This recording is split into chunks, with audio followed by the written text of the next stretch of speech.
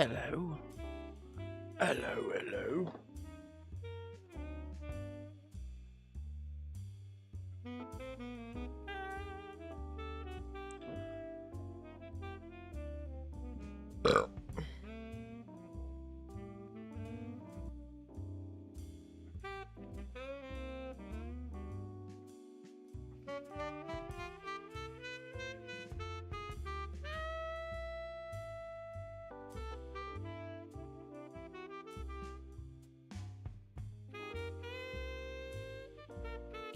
There we go. Does everything sound okay? Is the music too quiet? Is it not quiet enough? What are we thinking?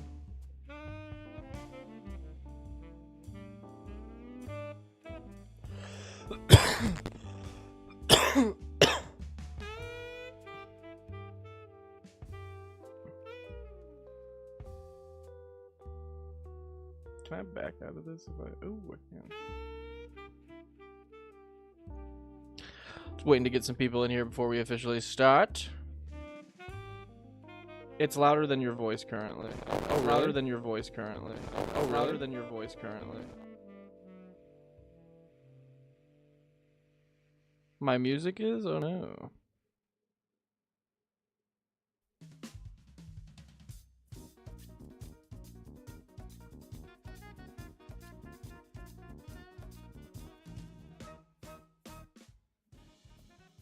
How's that sound? Is that more background music now?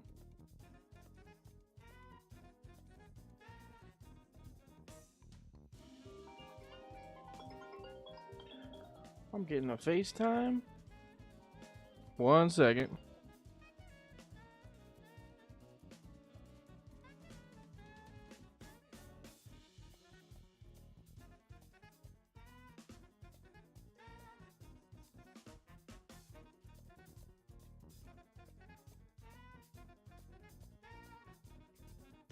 All right. Yeah, sounds good to me. All right. I'll trust you. I'll trust you now.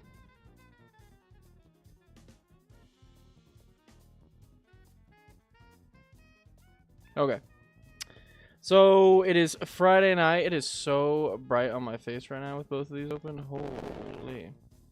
It's Friday night, so we're doing some Friday night deck reviews. We're back on that grind. So we're going to take a look at 2 viewer submitted decks, see what they're looking for out of the review. And yeah, you know how it goes. So the first one is going to be a Taii Perfect Shot deck submitted by Rikimaru in the chat. What's up, my guy? This is your deck. So let's see what it's going for here. Strategy theme: Spellslinger, Burn Face. That makes sense with Taii. Power level: Optimized Casual. Win condition: no direct win con. It's primarily a bracket 2 that I don't want to make bracket 3. Non-combat player damage is the win con. Nice. Favorite interaction: sniping a player with an abraded bluff plus Taii activated to unexpectedly take someone out. Difficult to interact with in a bracket 2, I believe. What do you hope to get from the review? Show off my deck to get some new card recommendations. What are you doing? Your mic set going fuzzy and glitchy? Really? Why? Check, check, check. Is it still doing it? Check, check, check, check, check. Check, check, check, check, check. Check, check, check, check, check. How does this sound right here? How does this sound right here? Let me know if it's still glitchy and stuff. That's really weird.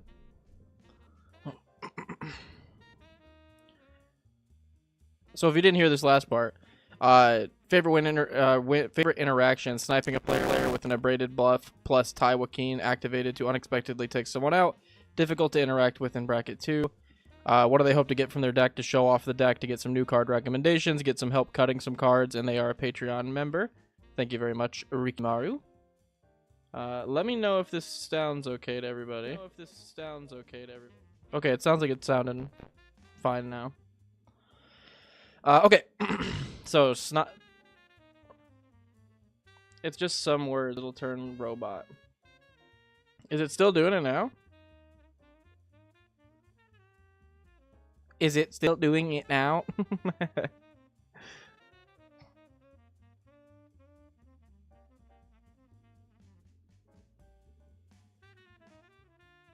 Check 1 2. I'm gonna say a really long sentence, and then I'm gonna listen to myself say the really long sentence and see if any of this sounds like a robot.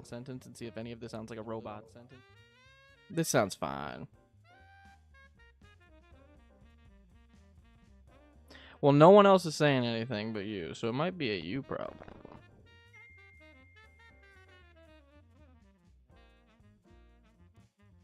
It's not. There are times it's robot. What the hell going on? It's annoying as hell.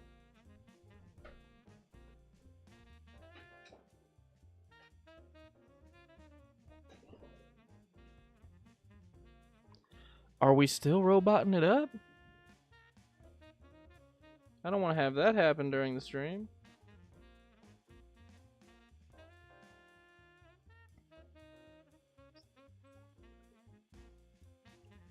I'll check out the stream real quick. Let me peep this tree real quick.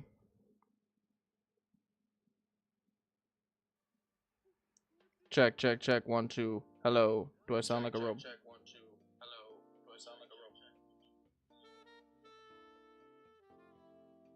Do I sound like a robot right now, or do I sound normal as hell? I don't know. If it keeps happening, let me know. Okay, so the commander for the deck, Taii, Perfect Shot, is a red and a white 2/3. Whenever a source you control deals non-combat damage to a creature equal to that creature's toughness, draw a card. So if you do exact damage with the source, you get to draw a card. She also has X, Tapper. If a source you control would deal non-combat damage to a permanent or player this turn, it deals that much plus X instead. So, yeah. If you can't do perfect damage, she can help the spell deal perfect damage, which is really cool. But what's actually really, really cool about this girl, which we can share and show with Bolt Wave. Bolt Wave is 1 red. Source rate deals 3 damage to each opponent. If you tap Taii for her X ability, and let's say you tap X equals 5, if a source you control would deal non-combat damage this turn to a permanent or player, it deals that much plus X, which in this case is 5. So Bolt Wave is going to deal 3 damage plus 5 to each opponent. So her little buff affects multi-damage things like this, if I'm not mistaken. So cards like that are incredibly good. Are we buzzing now?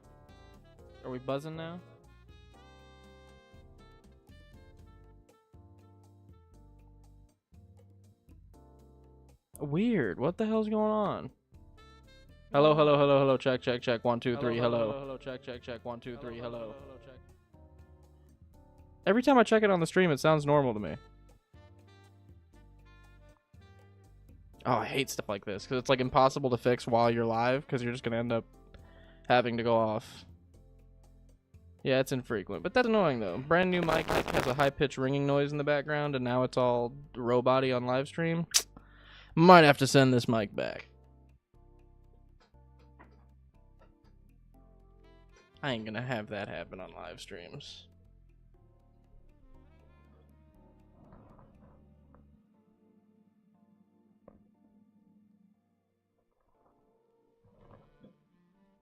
Check.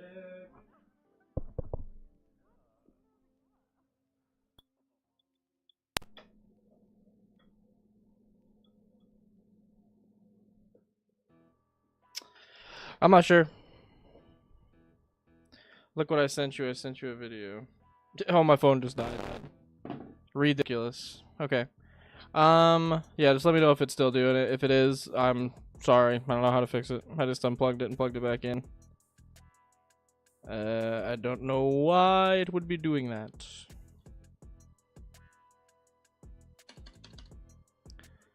We just had it rain really hard here, but I don't think it's a connection issue. It's fine. It's tolerable.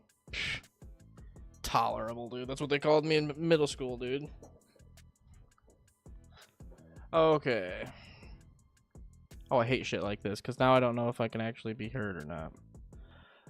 Firebrand Archer. Whenever you cast a non-creature spell, this creature deals 1 damage to each creature, which counts as non-combat. So Taii can again add damage to that.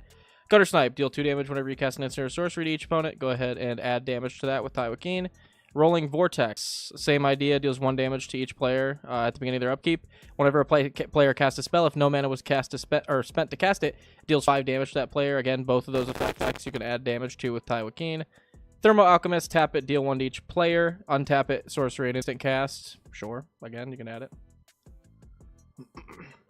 First time on stream. Love the content, my dude. Thank you. Approach of the second game. Appreciate it.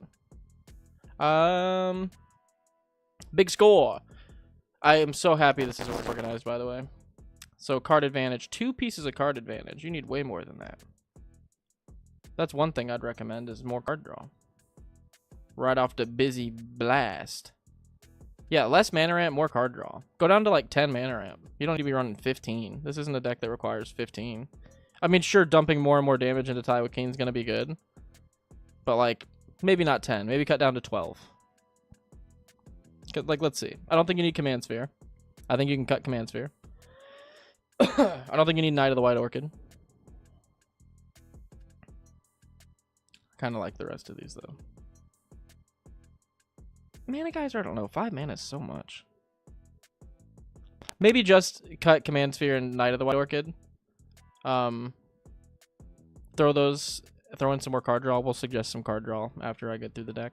But yeah, right off the bat. More card draw. First time on stream. I love the content, my dude. It's fine 90% of the time. It just sounds like there's wind blowing in it sometimes.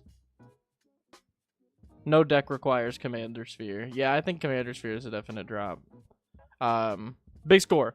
2 in a red for an instant. As an additional cost to cast a spell, discard a card, draw 2, create 2 tokens. Unexpected windfall, same deal.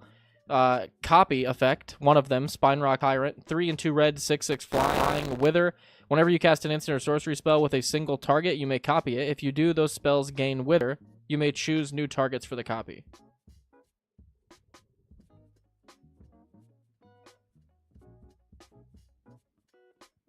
Oh, multi-target. Okay. No. I don't think that's good. Spine Rock Tyrant doesn't seem that good in this deck. It would be if you were running a bunch of burn spells, but you're not. Like, this is each opponent. If you scroll down here, Aurelia's Fury says target, so that's 1. Blazing Volley does not. Electrickery does if you're only doing one thing, but if you overload it, you replace target with each, so that also doesn't say target most of the time. Fear Fire Foes does. Fiery Confluence doesn't. Wild Magic doesn't. Morrow Shards doesn't. Solar Blaze doesn't. Vandal Blast doesn't. Wave of Reckoning doesn't. Untimely Malfunction targets.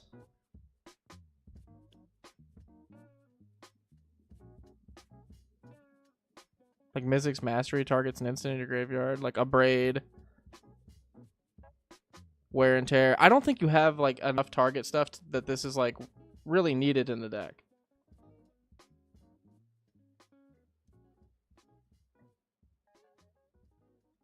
No deck requires Command Sphere. Commander Sphere is overrated. It's fine, and in some decks better than Arcane Signet. Overhated. Yeah, I like it in decks where the mana cost of the commander is 5. I think that it's fine, because then you get to just curve out into your commander.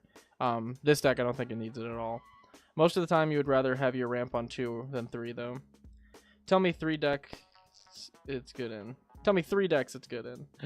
There's probably a couple where you could chain it like into a turn 3, like an artifact deck that cares about artifacts in the graveyard where it's a 5-drop. I don't know what commander that is, but it could be interesting. Oh, the dragon's kind of a pet card. I have it in special confetti foil. If that's the case, maybe throw in a couple more targets in here. Just so you can justify running it. I mean, I run it in Arabo because Selesnya lands, or Selesnya lacks card draw and ramp on 3 is way better, so I can drop 1 and 2 cost cats on turn 1 and 2.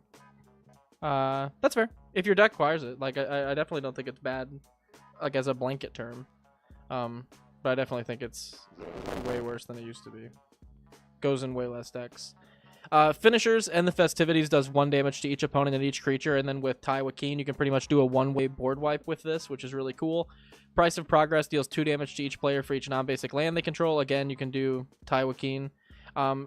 Again, this deck's this isn't like a critique on the deck. This is actually like just like pointing out how powerful the deck is. These are finishers because you can just tack on tons of damage with Taii and do it to everything. But then it's like you can do the same thing with Firebrand Archer or Gutter Snipe or Rolling Vortex or Thermo Alchemist, and that's why the deck's so good.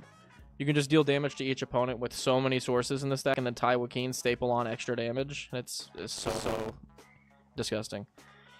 Repercussions, 1 and 2 red for an enchantment. Whenever a creature is dealt damage, Repercussions deals that much damage to that creature's controller. Yikes, in this deck. That seems really good. Just tack on a bunch of extra damage with your commander. Tectonic Hazard does 1 damage to each opponent and each creature they control. Again, same thing as in the Festivities. Aurelia's Fury is a fireball that you can multi-target with. Blazing Volley does 1 damage to each creature your opponents control. Electrickery does the same thing. Fear Fire Foes deals X damage to target creature and 1 damage to each other creature with the same controller. That's really cool, actually. That's a great one in here. Just guarantee kill something and then like potentially board wipe everything else with your commander. Yeah. Fiery Confluence again. Like a board wipe. Fire Magic. Again, like a board wipe. Morrow Shards, like a board wipe. Solar Blaze, like all these are going to act like board wipes in the deck, which is kind of why the deck's so powerful. Slick Shot Show Off. Also, the deck's only $275. It's not too bad. 1 in a red, 1/2 Flying Haste. Whenever you can cast a non-creature spell, Slick Shot Show Off gets +2/+0 until end of turn. And then it has Plot for 1 in a red.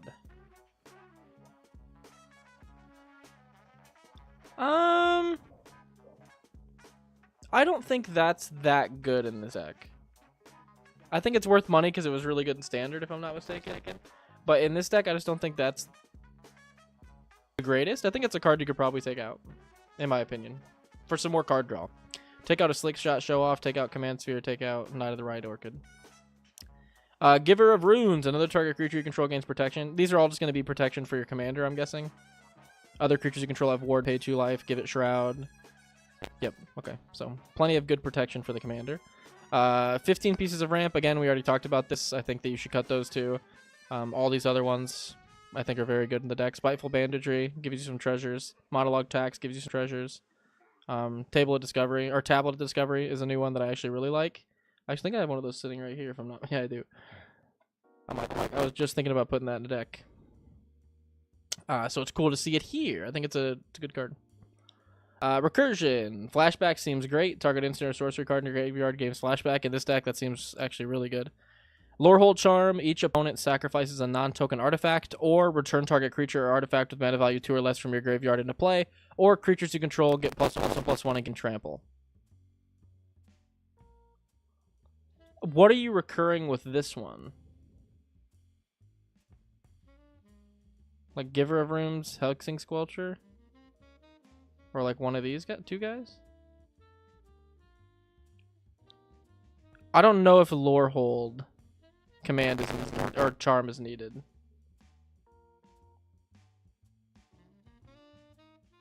Is there a red adventure enchantment that impulse draws on non-combat damage?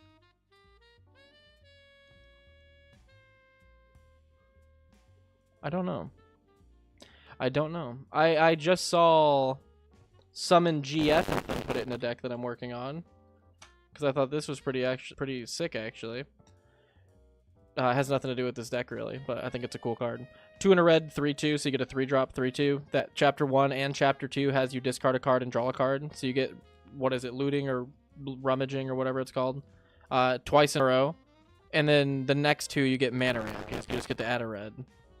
So like on turn 4 you'll get rummaging, on turn 5 you'll get rummaging, but then on turn 6 you'll get a mana ramp, and on turn 7 you'll get a mana ramp. I think it's an interesting card. I know it's not what you're talking about, but it just popped into my brain. I think it's a cool card. Is there a red adventure? Oh, I already read that. Advanced Reconstruction?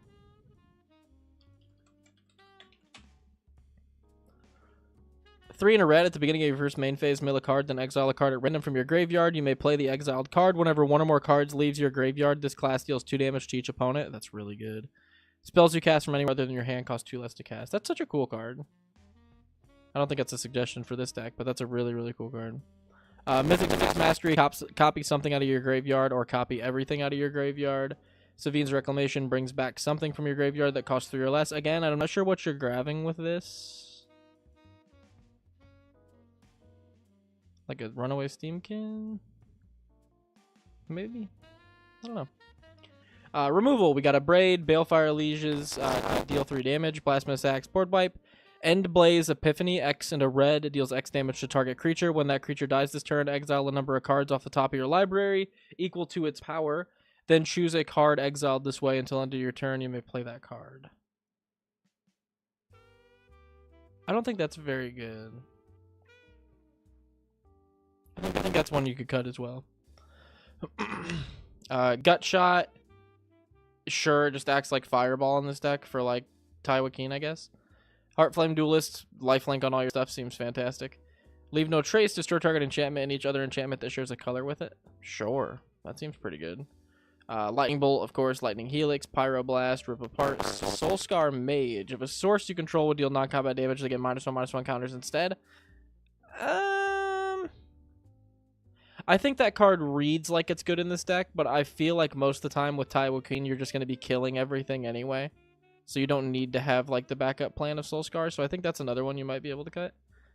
Untimely Malfunction's great, Wear and Tear's great. Silence under the Shush category, I love it. Storm.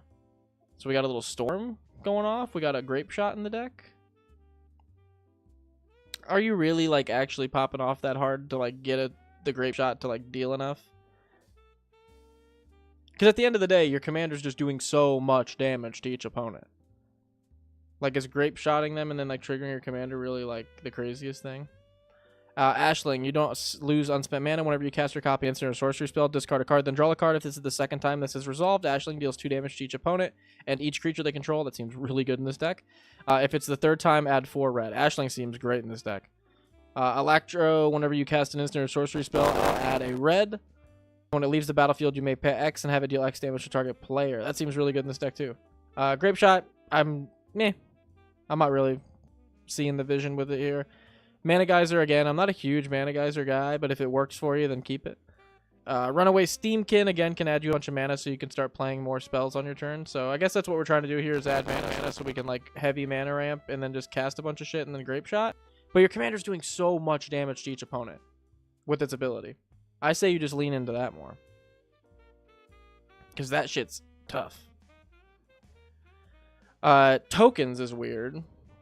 Monastery Mentor. 2 and a white, 2 prowess. Whenever you cast a non-creature spell, create a 1/1 white monk with prowess. I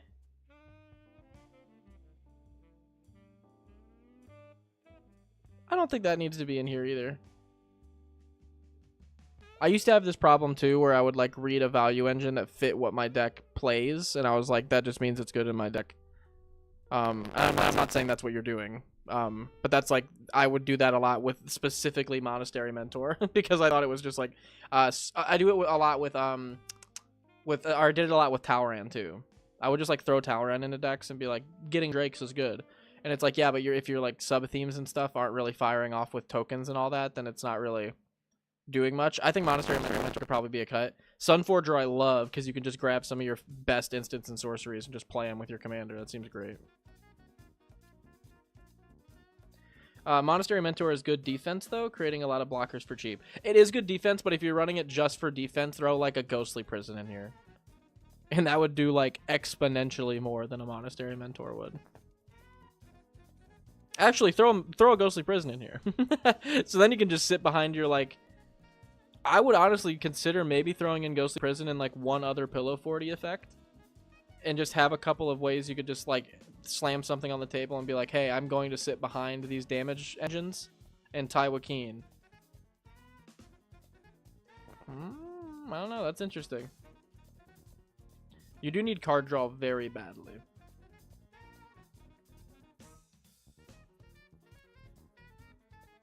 True, Ghostly Prison is nasty. It's really good. And I think it would actually be pretty decent in this deck. Because then you could just sit behind all your Ghostly Prison and just let your damage engines fire off and not worry about getting one shot by somebody. And then you have like a backup plan for that backup plan, because if someone tries to destroy your Ghostly Prison, you can like untimely malfunction, return the favorite if there's another enchantment on the board. So there's like another play that you could do in the deck, which is cool. Yeah. So I think, in my opinion, you could cut. Let's see here. What was it? Slick Shot Show Off, you could cut. I think you could cut your Storm card, Grape Shot. I think you could cut Endblaze Epiphany and Soulscar Mage. Again, I don't really see the point in Lorehold Charm or Savine's Reclamation. I don't see like any like cards that are really like worth taking up 2 slots for that when you could be running more card draw.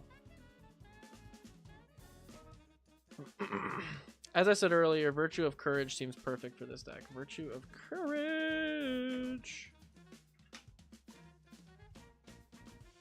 3 and 2 red. Whenever a source you control deals non-combat damage to an opponent, you may exile that many cards from the top of your library. You may play those cards this turn, or you can pay 1 in a red to adventure it first and have it deal 2 damage to any target. Yeah, that's really good. That's like way better than Monastery Mentor. And like way better than Grape Shot in this deck. Like, that's just like, that's perfect. This is like a crazy card draw engine. Or impulse draw, but like, yeah, that's a really good one in this deck. I typically have enough removal to not be attacked to death. Yeah, I added Virtue to the list. Yeah, Virtue's very good. Yeah, if you're running enough removal to not be attacked, then I don't think you need Monastery Mentor. And then that just opens you up like another slot. 1 mana Bolt Wave, exile 9 cards from the top. Yeah, that's actually nuts in this list. Yikes. Have you ever thought? Have you thought about Bonfire of the Damned in this deck?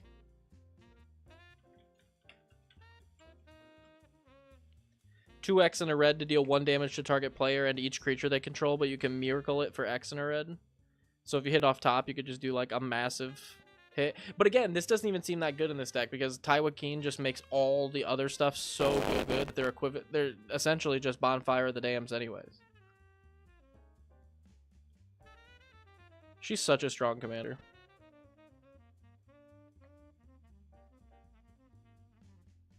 What's some good card draw we could put in here other than the Virtue of Courage?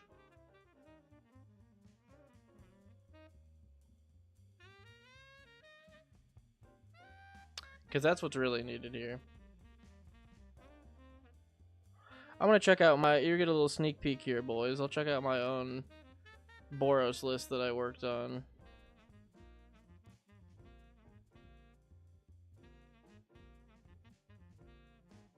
And see what card draw we had in here. Yeah, we had 11 pieces of card draw in here. I'm sure there's some good suggestions here. Bitter Reunion, discard a card, draw 2. You can sack it, give your stuff haste. I don't know if that's great in there. Bygone Bishop and Mentor of the Meek. I don't think those are really what you're looking for here. Additional combat phase, not really looking for that. Reckoner Bankbuster is always a good card draw piece in a deck that doesn't have like the best options for card draw. Just draws you cards, and then on the last counter getting removed, you get a 1/1 pilot, and you get a treasure token.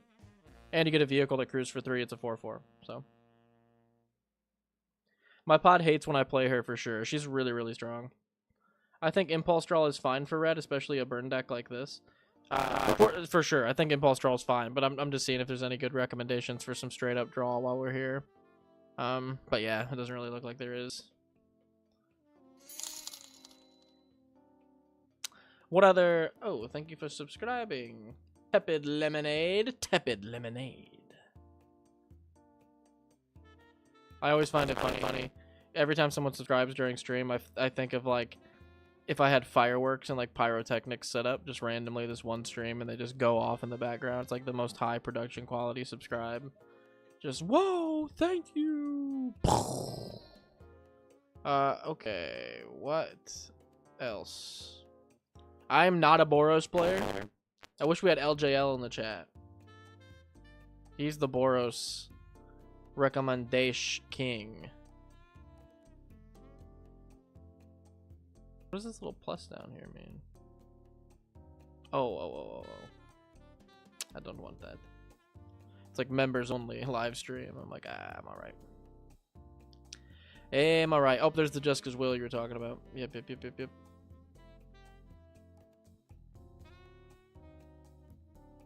Well, I have another deck right here, actually, that's some Boros colors in it. It's Mardu, so let me see if there's anything in here for card draw.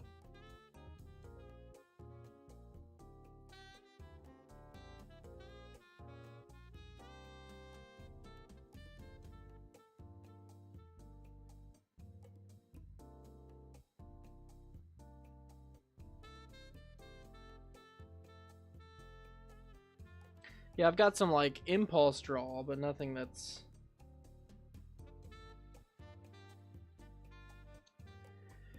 Like, Seize the Spoils is pretty good. I like that card. It's not a crazy suggestion, but good card. 2 and a red, additional cost, discard a card, draw 2, create a treasure token for 3 mana. Not bad. Boros and Spellslinger, 2 archetypes I play the least. I couldn't agree more. I am not familiar with these archetypes at all.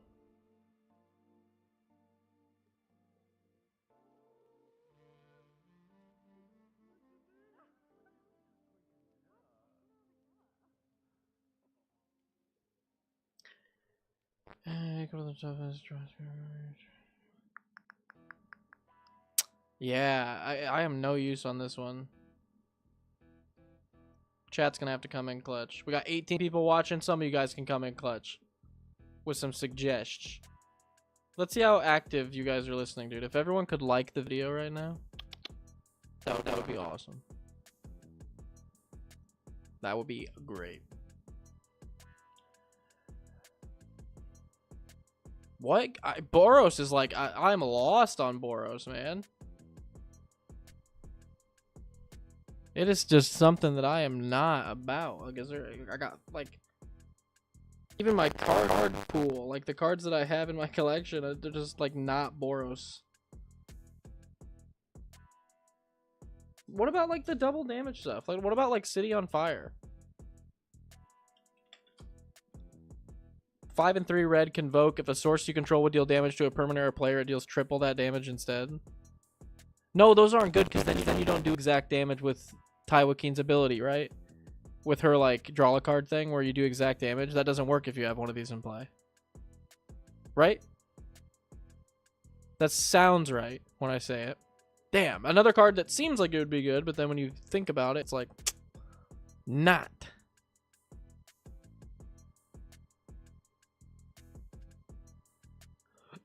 Ooh. Okay, I gotta... never mind. That's not a good one. That's not a good one.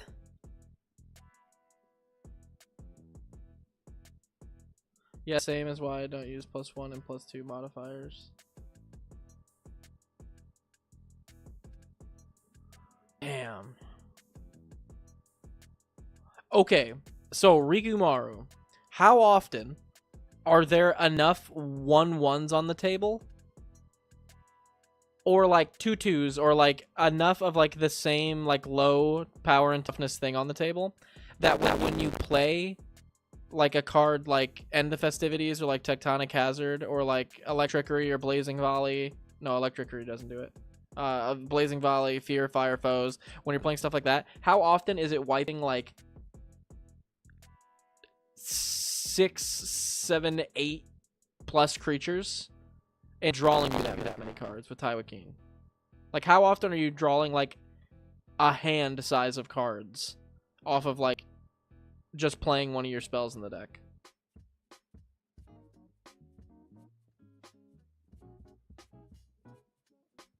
Because it feels like you're probably filling up your hand quite often with this.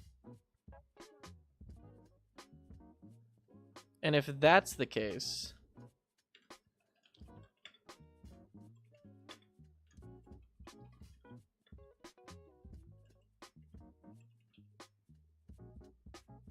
My pod is Edgar O'Hare Talk first sliver so often. Yeah, super often. Okay. Whenever draw deal opponent card.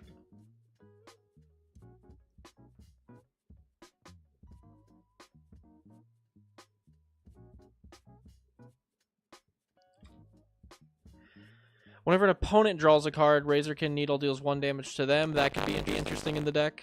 That's not really what I was looking for, but that could be interesting in the deck because you could just like start tacking on Taii damage whenever you wanted to with that. I don't know how good that is though. I'm wondering if there's any like draw a card, deal damage things for us in these colors. It doesn't look like there is.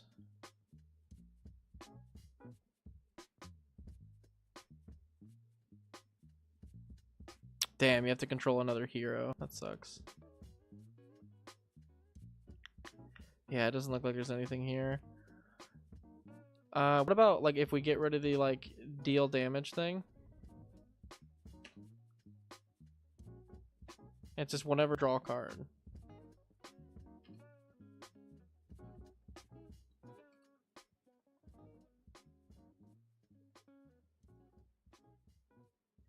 I have the advantage of being a 2 mana commander and use those 2 recursion cards to avoid commander attacks, plus Lorehorde Charm as instant speed, so I can tap her on my turn.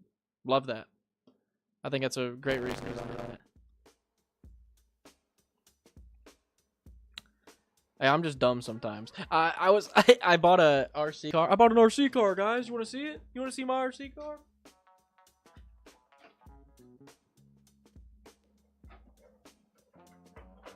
Check that bad bitch out. I don't know if you can see it. Check that out under the hood. Check that out.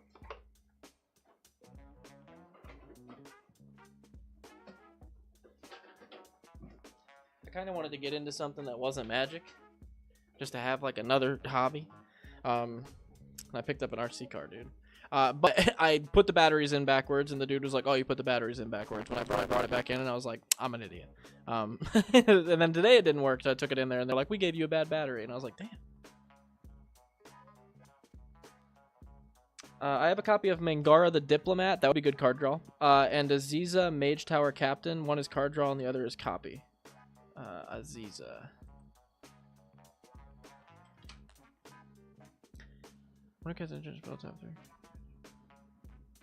I don't think that's needed in the deck. Again, your commander is doing so much that like each spell you cast is going to feel like you did a billion copies of it anyway. I don't think she's needed. Mangara is going to be good for not only being a Pillow 40-esque card, but also drawing your cards. I think that's great. Tyrant's Familiar, maybe? Oh, hold on. Does Drakuseth work in this deck? As a top-end card? Drakuseth. 4 and 3 red, 7/7 flying. When Drakuseth attacks, it deals 4 damage to any target and 3 damage to each of up to 2 other targets. Maybe. 7's steep, though, for a thing you have to wait a whole rotation for it to do that, though. Like, at that point, I would run, like, a Sun Titan. Or not a Sun Titan, an Inferno Titan. And just drop a 6-drop, 1 less mana. Or maybe even 2 less mana. Was it an 8-drop? No, 7-drop. 1 less mana, but it enters and immediately does 3 damage divided. So you could do, like, 1/1/1, and then, like, Taii with it. And then each time it attacks, it'll do that same 3 damage divided. Inferno Titan might not be the worst choice, honestly. Because then you can just start pinging off everything with it over and over again. Tyrant's Familiar, maybe. 5 and 2 red, 5/5 flying haste. As long as you control your commander, Tyrant's Familiar gets +2/+2 and has whenever it attacks, it deals 7 damage to target creature defending player controls. So in this deck, I feel like your 1-drops are already doing that much damage. That's why the deck's so good. 7's steep again, but like even 6 with Inferno Titan's a little steep.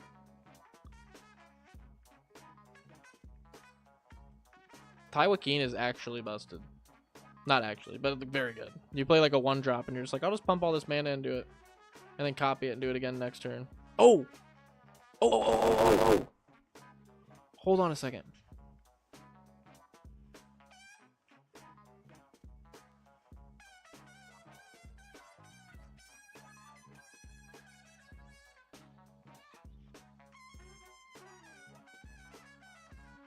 I was gonna say, how good is oh my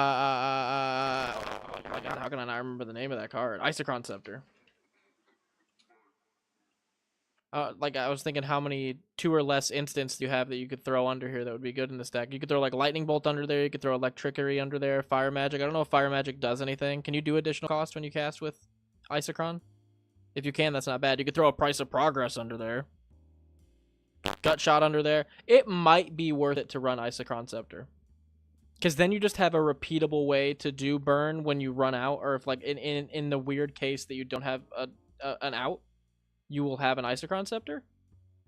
I wish one of those deal 1 damage to each creature was like instant. Because Electricity is only going to do it to 1, because I don't think you can cast the Overload side of it. Leave No Trace, you could put that under there. Lightning Helix, you could put under there. Untimely Malfunction, you could put under there. Wear and Tear. I don't know.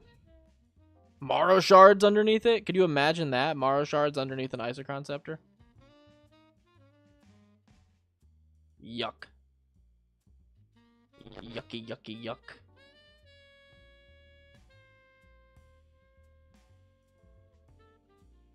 That could be pretty gross. Is there a reason you don't run Swords to Plowshare and Path Exile? Yeah, definitely. Yeah, Isochron seems actually really good. Just like a Blazing Volley underneath an Isochron. Like, there's a bunch of stuff you could put under there that's useful. Oh, that's a sorcery, never mind. But there's a bunch of stuff you could put under there.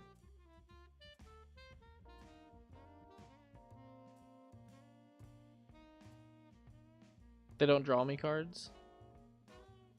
Isochron Spectre? Oh, true. None of the cards that you put under there. Man, I wonder if there is like a...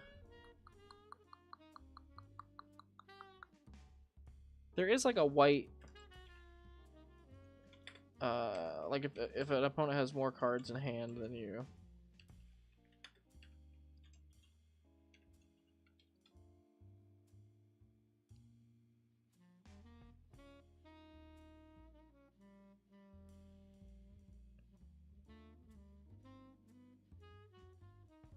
Beza.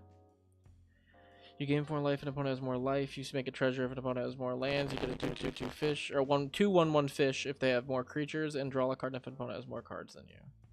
I wish it was when it entered or attacked. That'd be sick.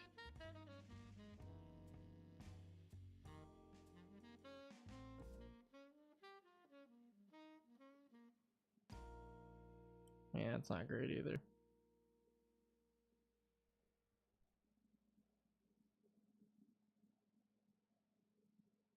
Oh, true. You just run burn because it'll draw you cards off your commander. I gotcha. True. I don't think we put that into account, guys. That like the commander's drawing so many cards that like maybe we don't need as much card draws as we were thinking. The commander's going to be drawing us a ton. Maybe we need more protection. I think we might need a little more protection. Okay, hold on. Delayed Blast Fireball.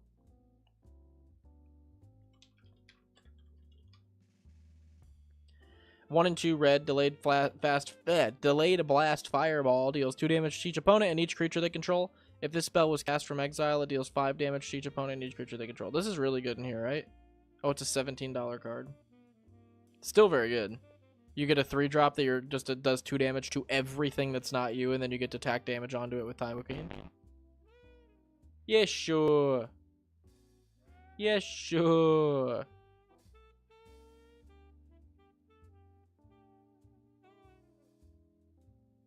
"22 people watching. Gosh. Delay Blast Fireball. It's actually really good in the deck. Synergizes if you run impulse stuff too.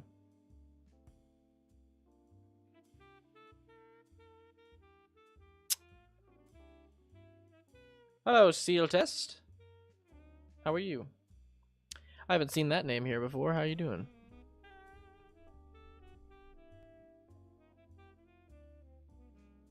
Everybody stare at him. Everybody stare at Seal Test. Hold on a second.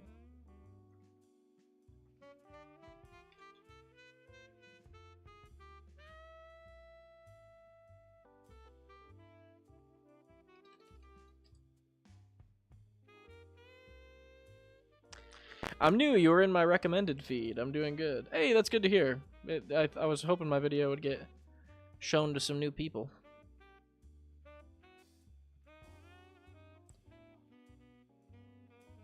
Is that it for this deck, boys? Not a very Boros community. Rikimaru, I'm sorry, my guy. I'm sorry, my guy. We're just not a Boros community. I'm unfamiliar with the strategy.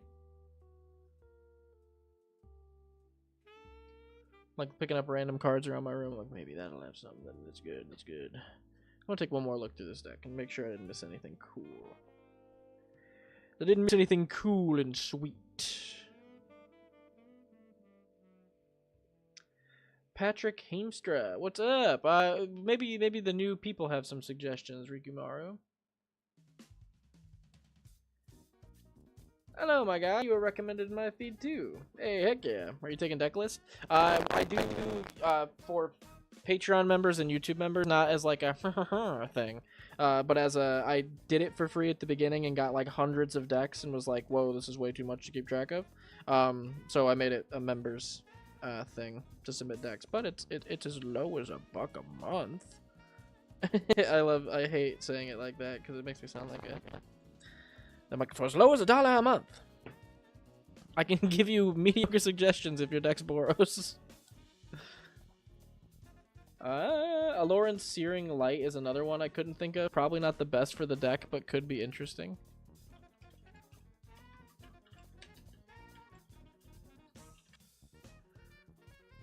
Two red white, each opponent exiles a creature with the greatest power among creatures they control. If there are 2 or more instant or sorcery cards in your graveyard, Aloran Searing Light deals damage to each opponent equal to the power of the creature they exiled.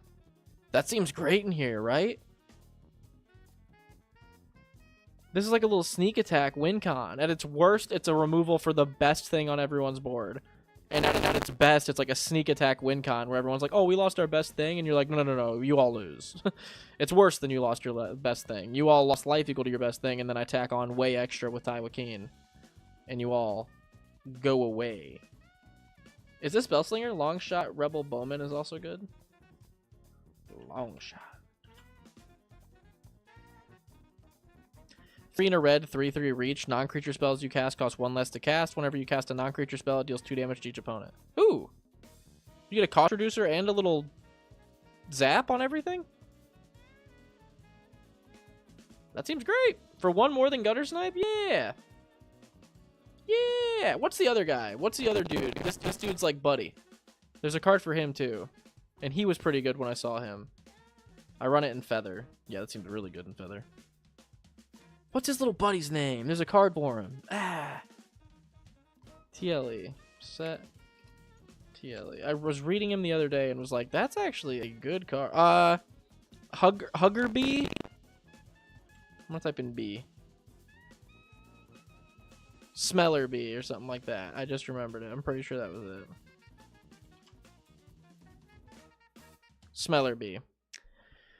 I don't know if it's good in this deck, but I just remember reading this card and was like, this is good. 3 and a red, 3/3 first strike. Other creatures you control have haste. Whenever Smeller Bee attacks, you may discard your hand. If you do, draw cards equal to the number of attacking creatures. That's very good in aggro. Damn, okay. Yeah, not good in this deck, but good card. Yeah, I have a long shot in another deck. I would have to trade it out. Yeah, I forgot it was an $11 card. Yeah, when you're playing it, though, I would leave a slot open in both and just swap it out for the time being. I have like 35 paper decks, so it's tough.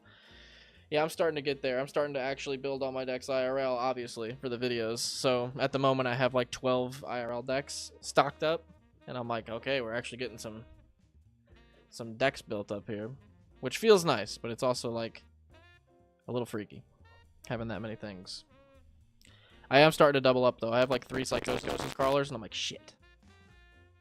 Like, I just forgot, and then ordered them, and I was like, no, I only needed, like, 2. I needed, like, 5, but I'm like, I don't need 1 in each deck, you know what I mean? Like, I could swap them around a little bit. I'm not above a good swapping.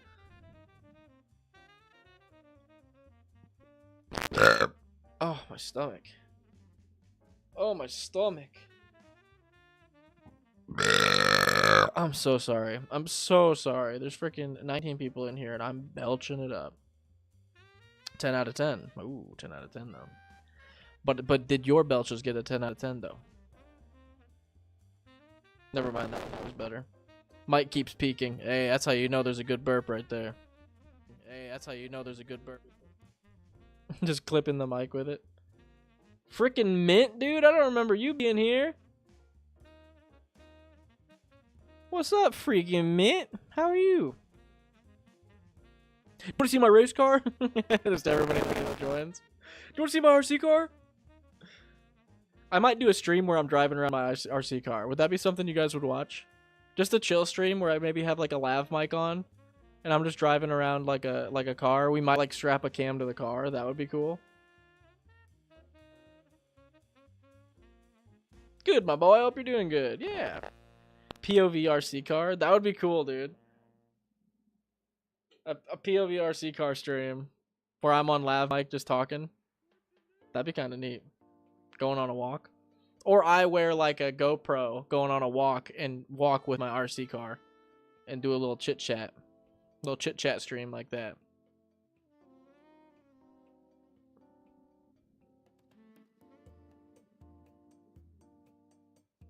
Hell yeah. All right, we're moving on to the next deck. Submitted by Wheelmaster. I haven't seen Wheelmaster in the chat. Is he not here tonight?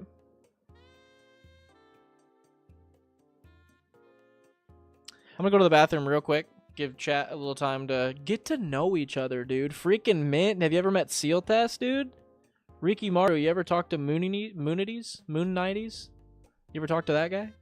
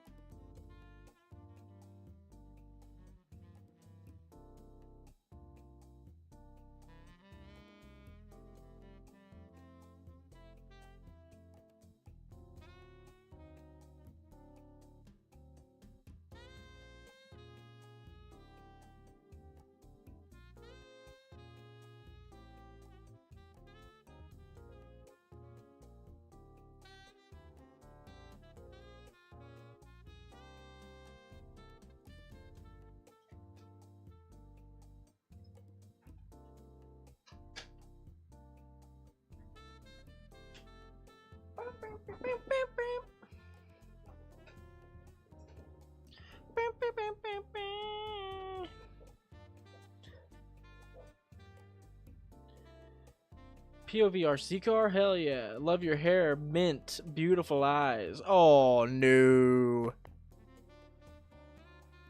Seal, you're... Oh. Seal, you're making me blush. That's the point. Ooh, damn. Alright. Let's see what we got here. Dustin and Mike, Legends and Food. Deck sort of doesn't work and needs to cut some cards. So it's a Legend and Food deck. Very interesting. This is two grown men, by the way. I wouldn't have it any other way, dude. Dustin, Gadget Genius, is 2 a white and a blue for a 2/3 that you can tap to add 2 colorless. Spend this mana only to cast artifact spells or activate the abilities of artifacts. So we're going to use that to activate our foods, obviously. And then he's friends forever with Mike, who's 1 a green and a white for a 2/2. Choose target creature card in your graveyard that was put there from the battlefield this turn. Return it to the battlefield tapped. Yeah, sure. That's going to be pretty freaking good. So we're bringing back Legends that die with Mike. We're sacking foods with Dustin. Cool. Card draw. Benny Braxel will draw us a card when we make tokens. So when we get our foods. Idol of Oblivion, same deal. Peregrine Took, same deal. Runic Armorsore. Whenever an opponent activates an ability of a creature or land that isn't a mana ability, you may draw a card. Shimmer Dragon. Tap 2 untapped artifacts to draw a card. Hell yeah. Tap our foods. The Gaffer. If we gain 3 or more life at the end of our turn, draw a card again with the foods. Toski, Bearer of Secrets, and Trail of Crumbs. Right off the bat, I would recommend Halaya? Yeah. Whenever Halaya or another creature or artifact you control enters, so you'll gain life off creatures and you'll gain life off your food. You gain 1 life. And at the beginning of your end step, draw a card if you gain 3 or more life. So her in a food deck is essentially the same thing as a second copy of the Gaffer. Except she also will just gain you the life as well. So I have no idea why the Gaffer is a $7 card and Halaya is $2. But sure. Trail of Crumbs enters the battlefield to create a food token. Whenever you sacrifice a food, you may pay 1 colorless. If you do, look at the top 2 cards of your library. You may reveal a permanent card from among them and put it into your hand. Put the rest on the bottom of your library in any order. That seems really good in this deck. Got your lands. Legends. These are cards that affect your legends, I'm guessing. Flowering Tree of whatever legendaries get +2/+1 and have Ward. Gandalf, you can cast your legendaries as though they had Flash. And if a legendary, permanent, or artifact entering or leaving the battlefield causes the triggered ability to trigger, that ability triggers an additional time. It's a 6 Doctor. Whenever you cast a historic spell, you may copy it. That seems really good. Venat, and whenever you cast or a legendary, draw a card. Very good. And then exile it to exile a non-land permanent. No, exile it to transform it. Into a 4/4 indestructible. At the beginning of each combat, put a 1/1 counter on another target creature until end turn. It gains indestructible. If that creature is a legendary, draw a card. That's really good. Life payoff. Whenever you gain life, put a 1/1 counter on Alaya Gainsborough. That's such a weird name. That just sounds like a real person's name. I guess it is, but when she dies, put X 1/1 counters on each legendary you control, where X is the number of 1/1 counters on Aerith Gainsborough. Seems really good. Mutagen Man, Living Ooze, and Party Dude. Party Dude. Is that an actual card? Party Dude. 1 green. When this class enters, create a food token. Whenever an artifact an opponent controls is put into the graveyard from the battlefield, draw a card. Whenever 1 or more of your opponents are attacked, up 1 target attacking creature gets +X/+X, where X is the number of cards in your hand. That last level is very good. Damn.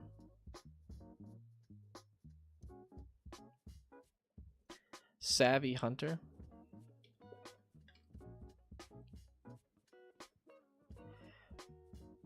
I don't think there's black in this deck, is there? No.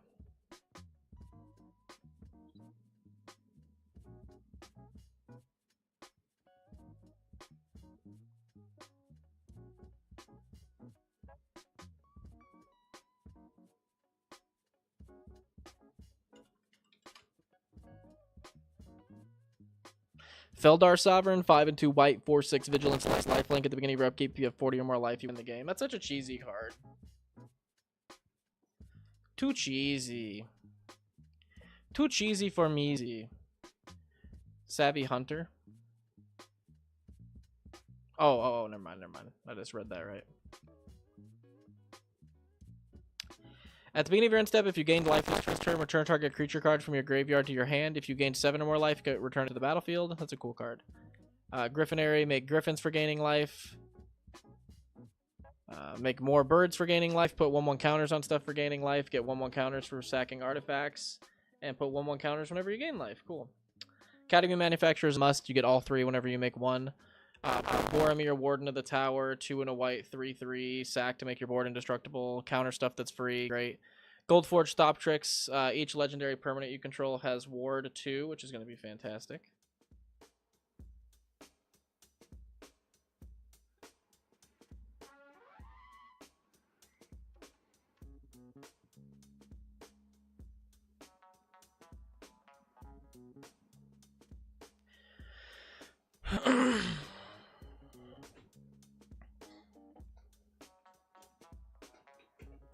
Okay.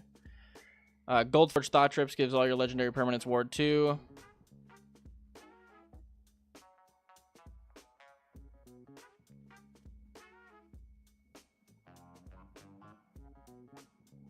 K9 gives your legendary stuff unblockable. Sorry, my stomach's really hurting. It's making me zone out. Whenever it attacks, you may sacrifice a food or pay 2 and a white to tap target creature. Pippin, target creature you control gains protection of the card choice of your choice until end of turn. We got ramp, we got removal. Token payoffs. Kadira makes you a bunch of tokens when she does damage. Campsite Cuisiner makes you food tokens. Displaced dinosaur. Oh god, my stomach, dude. What did I eat? What the f did I eat? Ugh. What did I eat, dude? Oh, I know what I ate. I know what I ate. I know what I ate. I ate a buffalo fucking tornado from the gas station like an idiot. And now look what happens. My stomach kills. Displaced dinosaur. Stores permanents become 7/7s. Eileen, look at your top X cards where X the number of tokens you created this turn. Put 1 into your hand. Inspiring statuary, non-artifact spells you cast to have improvise. Killer service, turn your tokens into 4/4 rhinos. Mechanized production, make copies of an artifact, and then win the game if you have 8 of them. Knight of the Sweet's Revenge, 3 and a green. Enchantment, when it enters, create a food token. Food you control have tap for a green. Pay 5 and 2 green, sacrifice Knight of the Sweet's Revenge. Creatures you control get +X/+X until end of turn where X number of foods you control. That seems really good. Rise and Shine, animate your foods. Rosy Cotton of South Lane, make 1/1 counters when you make tokens. Sarinth Steel Seeker. Whenever an artifact enters the battlefield under your control, look at the top card of your library. If it's a land card, you may reveal it and put it into your hand. That seems pretty good. Side quest, catch a fish. 2 and a white. At the beginning of your upkeep, look at the top card of your library. If it's an artifact or creature, you may reveal it and put it into your hand. Then put that card... no, if you put a card into your hand this way, create a food token and transform this enchantment into Cooking Campsite. Sacrifice an artifact, put a 1/1 counter on each creature you control. That seems good in here. Sierra! Whenever 1 or more creatures you control deals combat damage to a player, put a side quest counter on Sierra. Whenever you sacrifice a food, target creature you control gets +X/+X until end of turn. Sir Jinja, the Third Doctor, Urza Lord High Artificer. Sorry, I'm going to go kind of quick because my stomach is actually really hurting right now. I don't know why. Tokens. Apothecary White. Go ahead and make yourself some foods by tapping X untapped foods you control. No, make humans when you untap a food, and then when she attacks, you make food. Okay. Astrid Peth. When she enters the battlefield or attacks, create a food. Kadira makes you bunnies. Galadrath. When it enters the battlefield or attacks, you can make food. Meridoc Bandybrook. Whenever 1 or more halflings you control attacks a player, create a food. Mary Warden. Yeah, the Lord of the Rings stuff seems great in this. Whenever 1 or more artifacts enters, you get a 1/1 white soldier. Sam, Loyal, whatever. At the beginning of combat on your turn, make a food token. Samwise Gamgee. Whenever another non-token creature enters the battlefield under your control, create a food. Sacrifice 3 foods. Return target historic card from your graveyard to your hand. The Cabbage Merchant. Whenever you cast a non-creature spell, create a food. Oh my gosh, dude.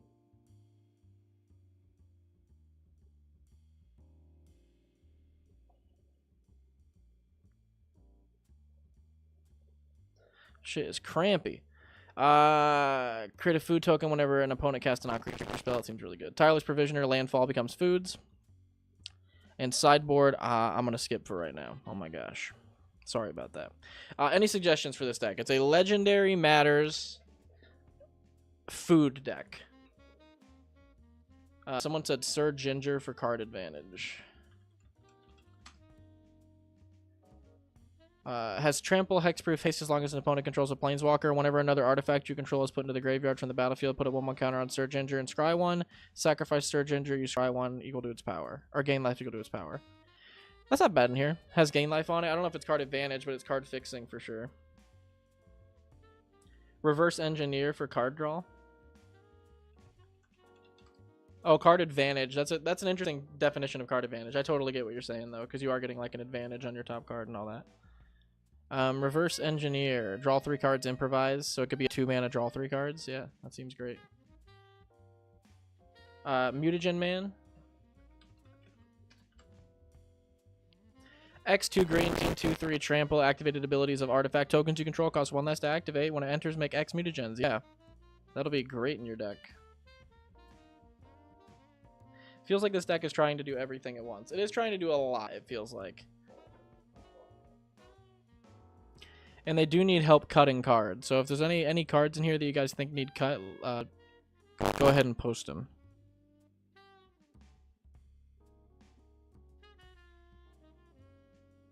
Anointer Priest.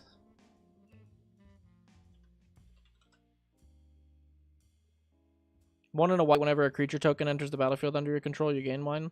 I wish it was any token. It says creature token, which makes the whole food thing worse. Because that would be sick. Type legendary. Woo.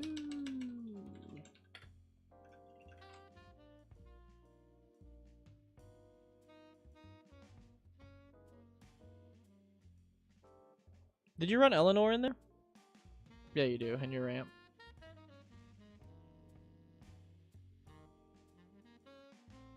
What about Farmer Cotton?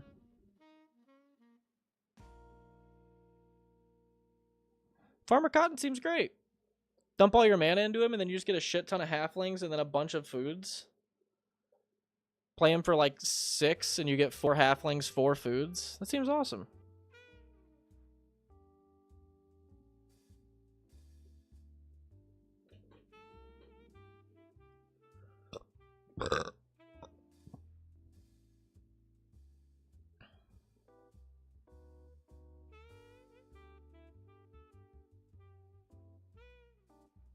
You're Bant, right?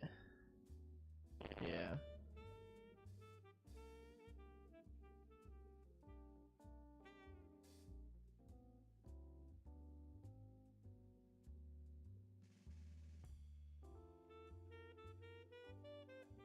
Michelangelo's really good.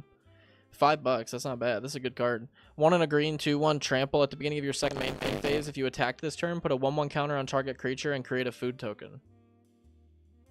Seems great in your deck. Swing with those big legends, make them bigger with the 1/1 counters, make more food tokens. Michelangelo is a legend himself. Seems great. Oh, the bear from Avatar, maybe? What's that guy's name?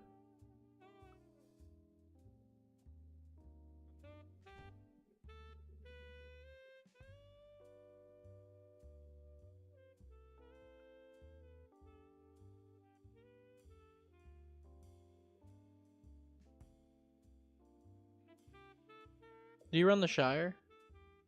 I would imagine so. No? Run the Shire. That seems great. Enters tapped unless you control a legendary creature. You're going to.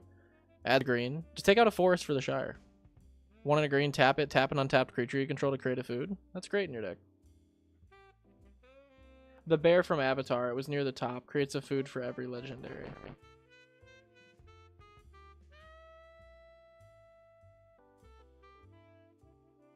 Oh, yeah, Bosco. 4 and a green, 4/4. When it enters, create a food token for each legendary you control. That's perfect in here. Stack of food, put 2 1/1 counters on Bosco. He gains trample. That's like literally a perfect card in this deck.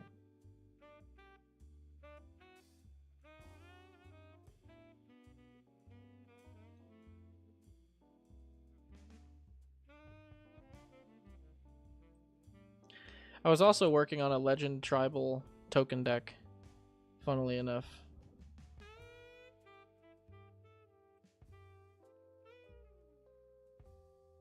This is creature tokens, though, so I don't know how much crossover there's going to be, but we will see.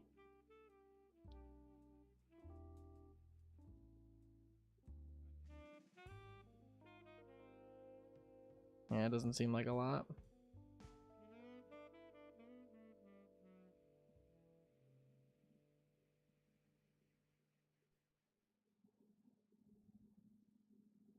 Farmer Cotton. Oh, oh, oh.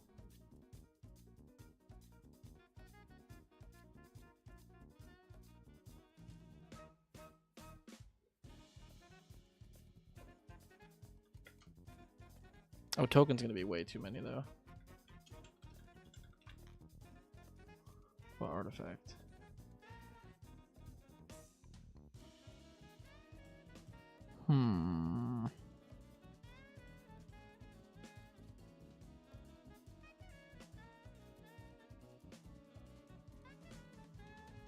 Donatello's kind of cool. At the end of the day, when he deals combat damage, he's just gonna make you a food in this deck though. So it's just like a 3-drop, 3/2 when he deals combat, make a food, which isn't that good, but kind of neat. I like Donatello as a character.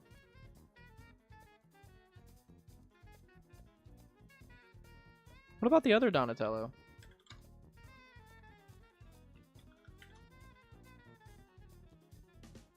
What about this one? We can start putting 3/1/1 counters on artifacts and making them robots. And then when those robots leave, you can like move their counters onto another artifact. So you can start like don't know, animating your food. Who cares, really? Gourmand's talent. 1 green. During your turn, artifacts you control are foods in addition to their other types, and have two sacrifices artifact. You gain 3 life. Whenever you gain life for the first time, create a 3/3 raccoon, and whenever you gain life for the first time at level 3, each turn, put a 1/1 counter on each creature you control. Yeah, once you get that level 3, that's crazy. You just start making 3/3s and buffing your whole board for sacking foods. Oh, yeah. That's very good.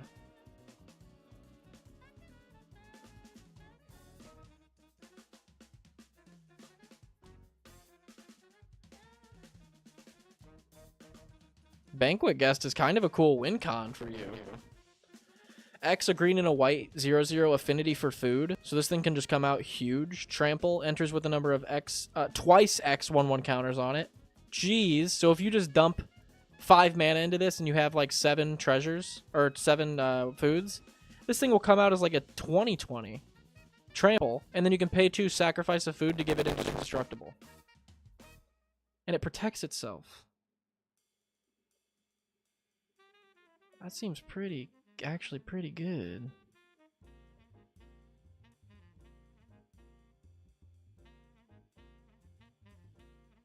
Ooh, Ninja Pizza. 2 and a green enchantment. Foods you control have tapped. Sacrifice this, add 1 mana of any color so you can turn your foods into treasures. And at the beginning of your second main phase, create a food token. That's great! What a cool mana ramp card. I like that a lot.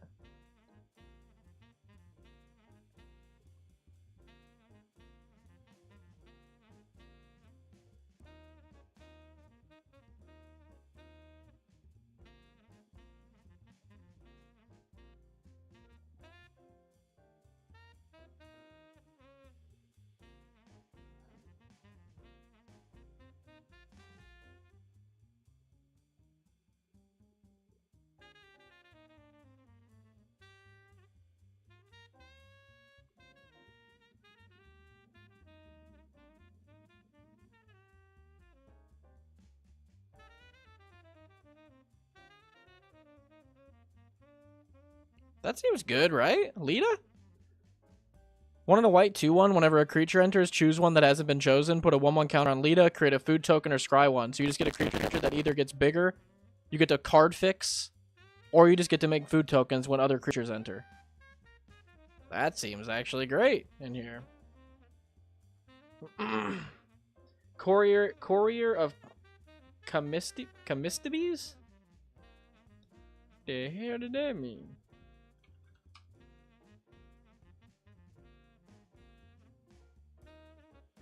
One and a green. When this creature enters, you may search your library for a food card. Reveal it, put it into your hand, then shuffle. If you don't put that card into your hand this way, create a food token. That's interesting. What food card? Oh, you could search for Sir Gingy or whatever. I don't know. It's a promo card. Second Harvest seems really good in here. Yeah, that's a great suggestion. For each token you control, create a token that's a copy of that permanent? Yeah. You kidding me? You kidding me right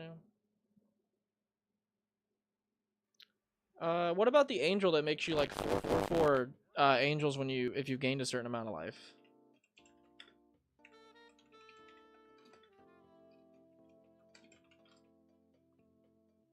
Yeah, Valkyrie Harbinger. 4 and 2 white, 4/5 flying lifelink. At the beginning of each end step, if you gained 4 or more life, create a 4/4. It's weird with food because food gains you 3. But maybe the Book of Exalted Deeds. It's still weird because it costs 3 white in a band deck. That is weird. But at the beginning of your end step, if you gained 3 or more life, you get a 3/3 angel. That seems a little too perfect for a food deck. If I could be so bold.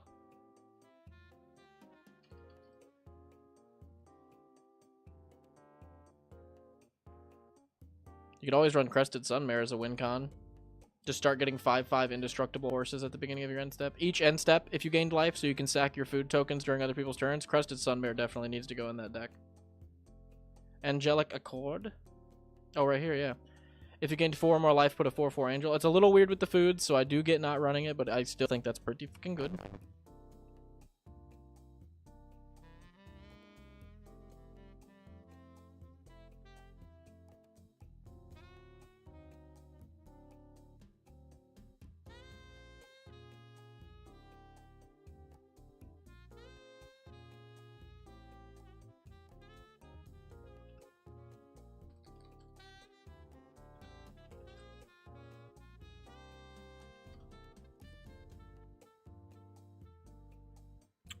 Celestine could be cool in here. She's 27 bucks, but 4 and a white, 3/4 flying lifelink. At the beginning of your end step, return target creature card with mana value X or less from your graveyard, where X is the amount of life you've gained.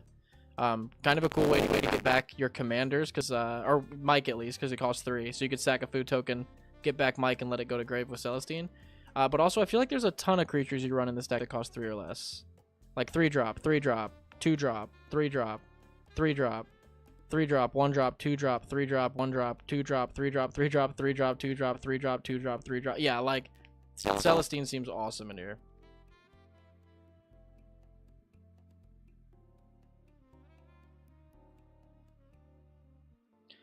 Some cards I would drop. Let's see. I think side quest Catch a Fish might be a little too slow. It's a good backside, but I think it might be a little too slow if I'm being honest. Night of Sweet Revenge is cool. I don't know how actual like productive it is. Could just run Sun Titan and save yourself 30 bucks. True. Sun Titan would be good in here as well. You have a ton of 3-drops or less. Is there legendary? Well, Celestine's also a legendary, which makes her a little better. Is there a legendary there that cares about 3 or less? Type legendary. 3 less. Return.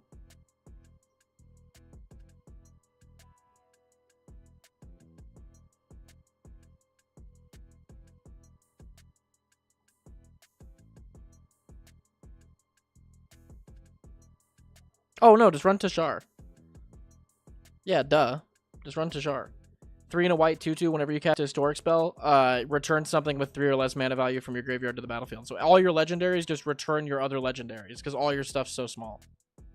That's perfect. Well of Lost Dreams. Yeah, that would be great. Well of Lost Dreams is always good. Whenever you gain life, you may pay X, and X cannot be greater, has to be equal to or less than the amount of life you gained, and then you draw X cards. Yeah, Well and Tashar, like, I feel like would just alone spike the power level of this deck.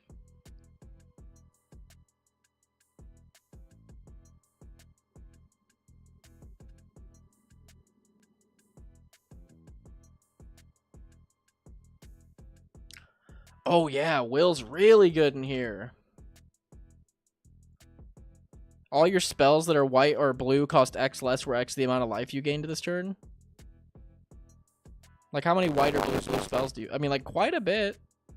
You're kind of low to the ground, though, so that one, you decide on it. But it is very powerful in a food deck. I like that a lot.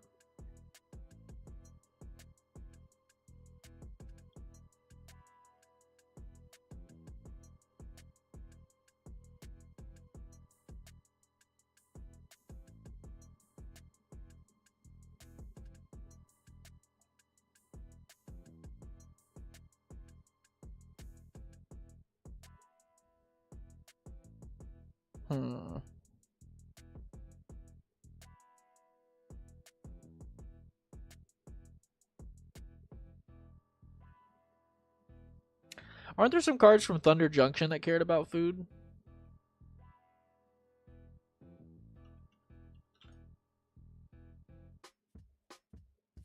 Yeah, Bristleblood Farmer. That's what it was.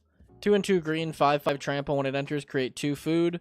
When it attacks, you may sacrifice a food. If you do, mill 3 cards, then return a permanent card from your graveyard to your hand. So kind of like some card advantage, and also makes 2 foods.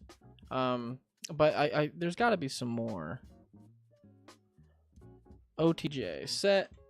OTJ Oracle food. Really?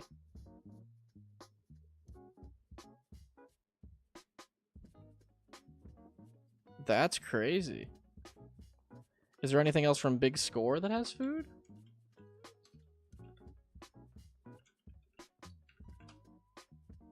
No, just those 2. Wow, that's crazy. I for some reason thought there was more food cards in, or I guess any food cards in Thunder Junction. Like I was thinking like cowboys with like cans of beans. That'd be such a cool food card, little can of beans. But nah. We have New York style hot dogs instead.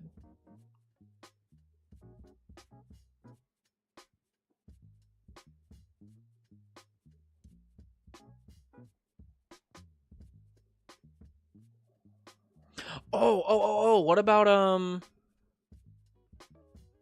oh, what's his name? I don't know. I don't think Mech's in the name, but for some reason that's popping into my head. It's the one that can animate all your stuff. It's like the 5 and a blue card. CMC. 6. Color blue. Oracle artifact. I think it's artifacts. And then become.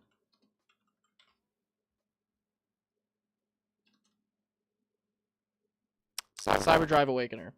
5 and a blue flying. Other artifact creatures you control have flying. When this creature enters, each non-creature artifact you control becomes a 4/4 creature. So it'll just turn all your foods into 4/4s, and then all your foods have flying. So this could just be like a game ender. Drop Cyberdrive Awakener, bash everyone for a shit ton. Could be pretty good in there. Or the turtle. Or Kappa Cannoneer. It's not legendary, but it's really good. Whenever this creature or another artifact enters, put a 1/1 counter on this creature, and it can't be blocked this turn. And it's a 4/4 ward 4. So you just get enough. This thing gets huge and unblockable every turn. Very good. I love Kappa Cannoneer. And it's got improvise. It'll come out cheap as shit in your deck.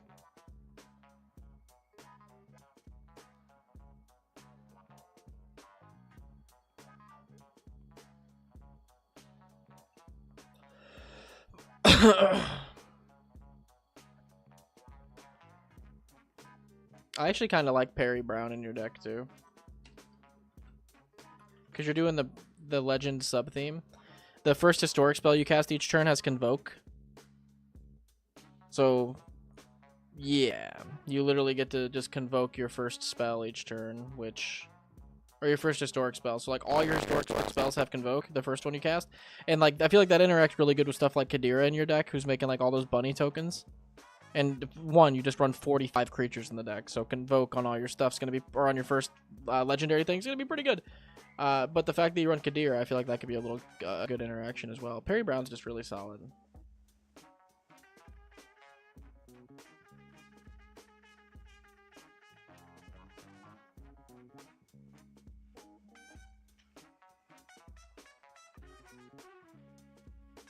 I mean, like, yeah, obviously, like, doubling season, stuff like that's going to be good, but that's, like, very expensive. And I don't even know if I would run that in this deck for what you're going for. Like, that just seems like overkill a little bit. Especially with foods, it's like, cool, you got, like, 7 steak dinners, or you got 8 steak dinners instead of 4. Good shit. I've got 8 loaves of bread instead of my humble 4.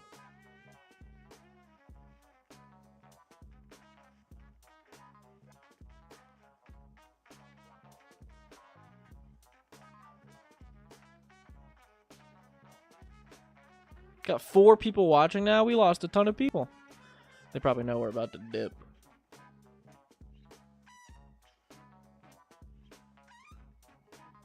Anybody else got any suggestions before I get out of here? My stomach is killing me. I hate to get out like that, but it is hurting. I'm not sure why.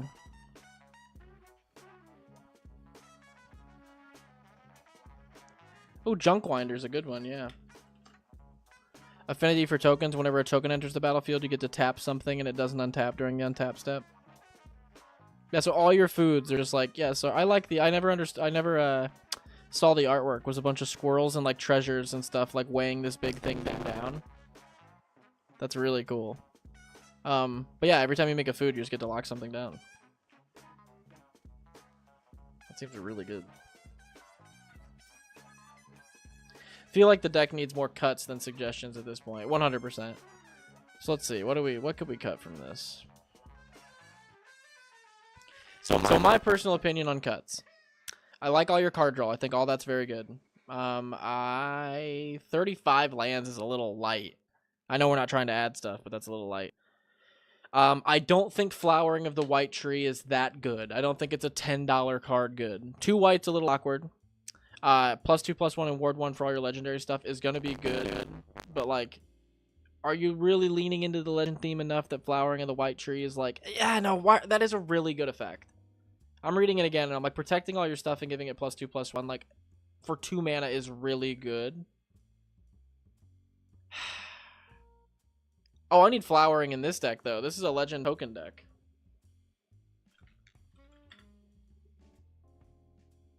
It's perfect in that deck.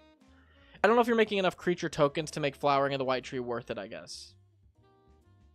Because my legendary deck is a token deck where it makes creature tokens, so it's going to be getting the legend effect and the non-legend effect to its full extent.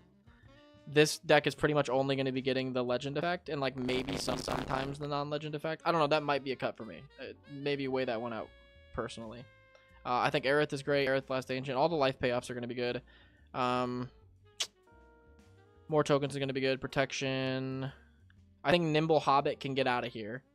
Paying 3 to tap something when you sack a food, I think that doesn't need to be in here.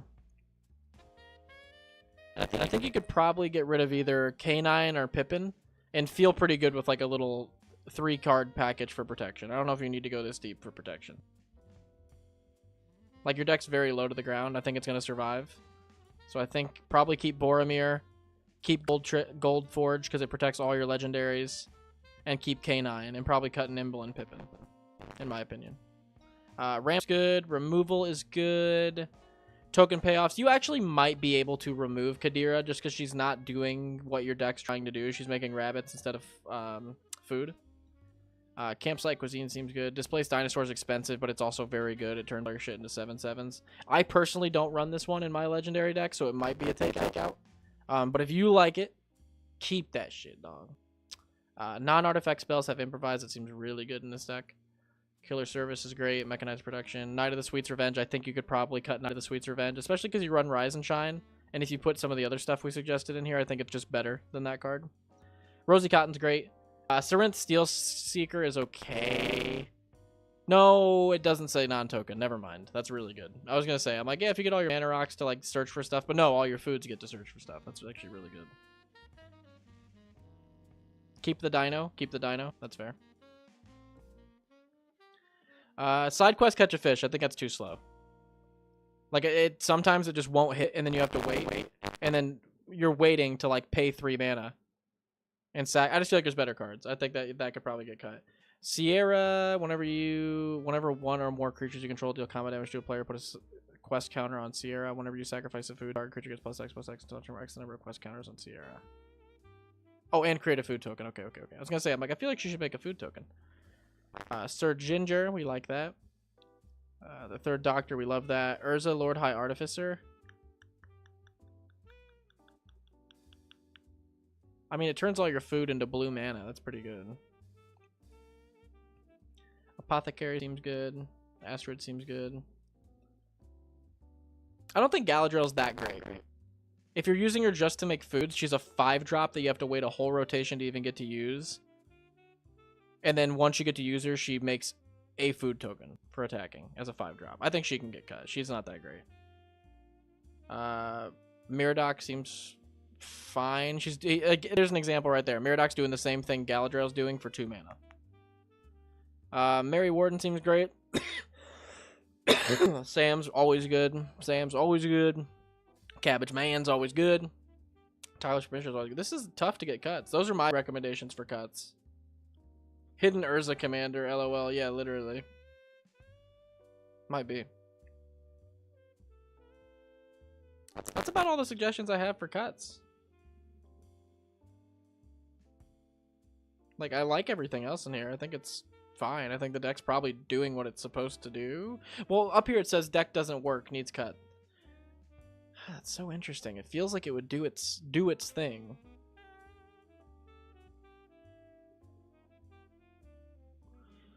Have you ever thought that the reason it may feel clunky is because of the because the legendaries, like, a lot of the time might have like higher mana cost than some of the other stuff, like, because a lot of your food creator legendaries are small CMC, but then you have other stuff that's like Shimmer Dragon, or Shimmer Dragon's not a legendary though. No, a lot of your stuff's low to the ground. This deck feels like it would work. Runic Armasaur seems kind of narrow. Activates an ability of a creature or land that isn't a mana ability, you may draw a card. That's pretty fucking good though.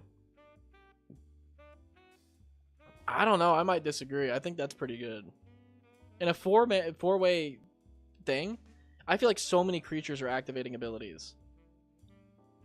Where it's like, you're just going to be drawing some cards off this thing from that popping off. But I guess I can't really name any. Yeah, that's just more of a gut feeling. So maybe in test Runic Armasaur could be too narrow, actually.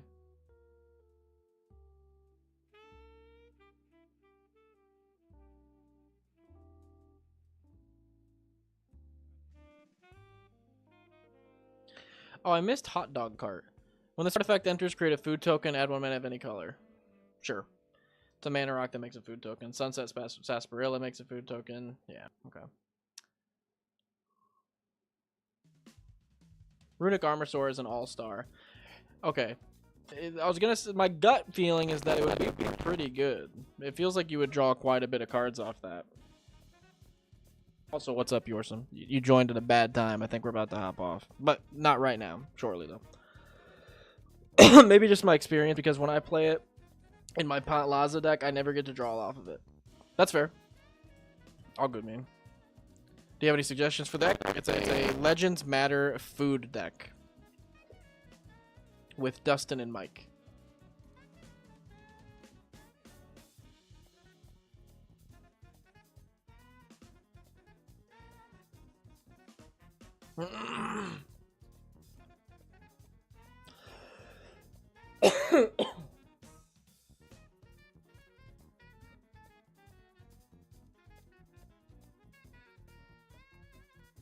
$35 lands is rough. That's what I said. I think 35 lands is pretty low. You need like 38. But he also needs cards cut, so this is kind of a sticky sitch right here. Too many high cost payoffs. I could agree with that. What's the mana curve? Yeah, mana curve peaking at 3 is a little weird. You might want to swap out some 3-drops for some 2-drops just to make it curve a little better. Like side quest catch a fish could probably go. Killer service. I mean, if you're wanting the foods in play and you're wanting to... Oh, no, but you make a number of food tokens equal to number of... Yeah, no, that's actually pretty decent. That's pretty good.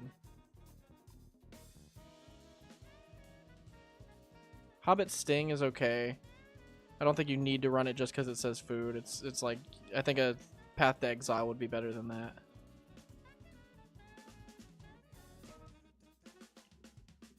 How's the card draw?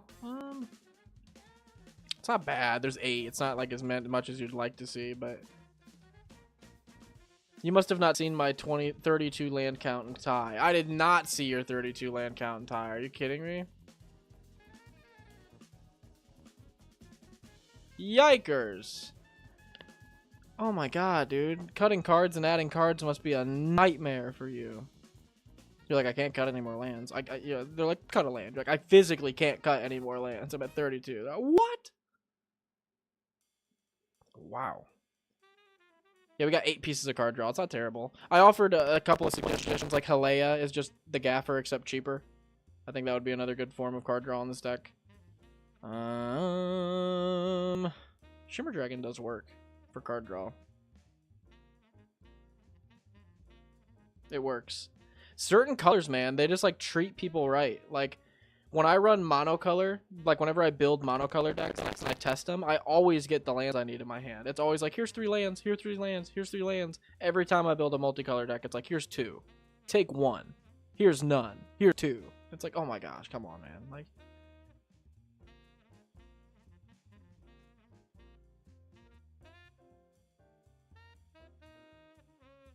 $32 is nuts though.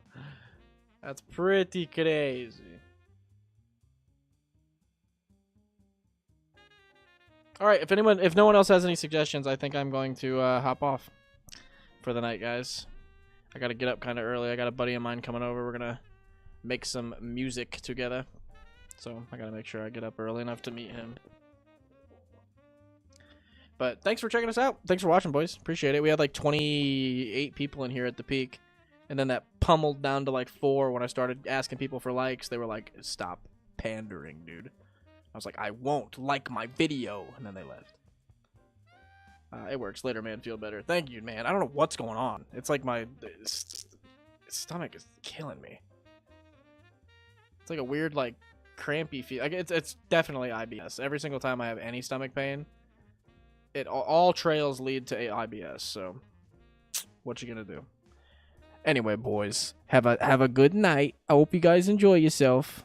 Bye-bye. If you haven't watched the new video, by the way, and you're watching this, go watch the new video, please. And if you've watched the new video and you haven't shared the new video, if you could share the new video, that would be amazing, okay? Because we're going a little stagnant, and we want it to shoot back up, all right?